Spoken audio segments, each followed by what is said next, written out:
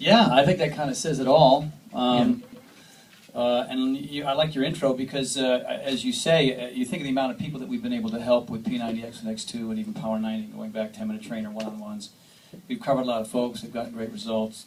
But, you know, of the millions of copies of even P90X over the course of 10 years, there's probably twice that many people that would have jumped in, but just couldn't because they just didn't want to put that hour in. You know, I mean, over and over and over again, there's so many people who even bought P90X, started the program and stopped because of time commitments and family and work and whatever. And so now, you know, we discovered a lot of the science is showing that the vast majority of the results that come from a workout are in the first 30 minutes anyway. So I talk a little bit less, which is depressing. Or really awesome for some of you guys. But we really have condensed a lot of things in the course of 30 minutes.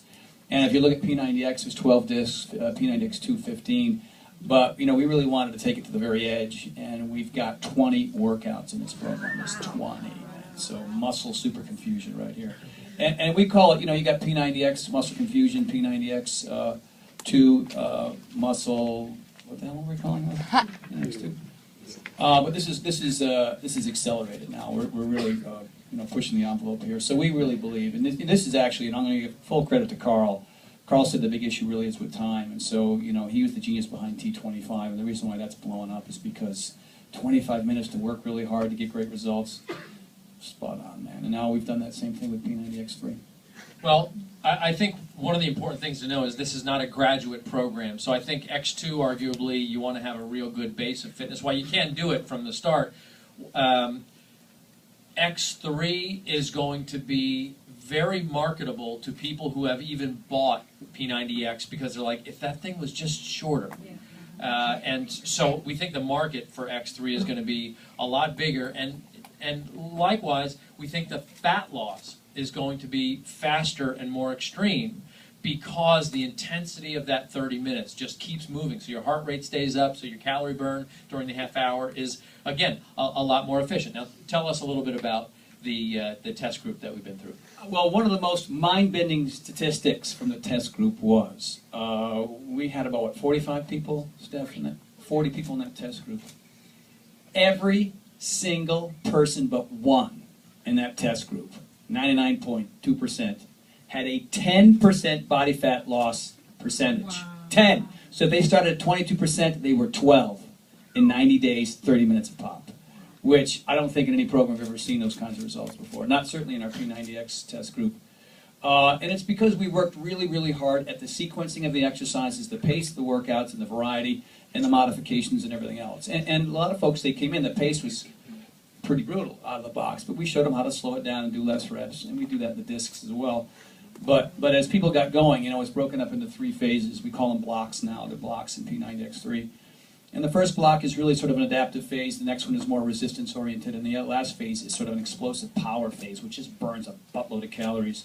And when you've got 20 different workouts to work with, you can really, really mix them up and match them up so that you're just getting the absolute most out of it. And like Carl said, it's not a graduate program. I mean, anybody, I mean, you look at P90X, Jeremy Yost and Richard Neal and Kathy McDonald, folks that have lost 100 plus pounds, 200 pounds. That program was never designed for them, but because of the modifications and the desire to want to be part of something, they managed to do it. But with P90X3, we're going to tap into even more people that have 100 pounds, 150 pounds to lose. But at the same time, because of the, you know, we've got Pilates now, and that, for example, if you look at Kempo with P90X, Kempo is a nice little slow heart rate routine. It's really kind of an off day. You know, we sell it as a major fat burner, but really it's a day for people to kind of work on their hand-eye coordination, burn a few calories, and then kind of recover. Not with P90X3, man. That MMX routine is a monster. It's probably one of my favorites. But and so same thing. We've got agility and accelerator and decelerator, and we've got you know, isometrics. You saw that yesterday, and you saw trimetrics today. And there's just so many really, really neat moves. There's one brand new move after another, and it's just come from a lot of time and effort. You know, with Stephanie and I, we worked together, and Steve Edwards and some other friends of mine. I mean, I just went on YouTube and I saw a bunch of really cool moves. I thought, let's put that in there. You know? We got one called donkey kicks. You're gonna love that. So. Well, what's interesting is, you know, there was a lot of debate. You know, the greatness is forged in fire. So there was even some real negotiation within the company, even with Tony. Just, you know, hey, P90X represents extreme results, and without cutting any corners. So aren't we copping out? Are we diluting the brand? And again, the feeling was, if the intensity is there for 30 minutes, this is going to be a step up for many people if they don't dog it like they might for, I don't know about you, but in 4 or 5 rounds of resistance, I would generally tend to do a warm-up round on the first one, and you don't get that luxury in 30 minutes. And so we went for it. We got aligned with the fitness experts and the brand management and everybody to say, okay, here's the way P90X3 can articulate this incredible brand into something that is maybe more accessible for more people, but still promises great results. Let's test it. And then, as Tony said, we did this test, and everybody in that group who was like, 30 minutes, no problem. Please make this end soon. At the 10-minute mark. The other cool thing, too, is if you know about P90X, obviously P90X and P90X2, there's a big-ass warm-up at the beginning and a cool-down at the end.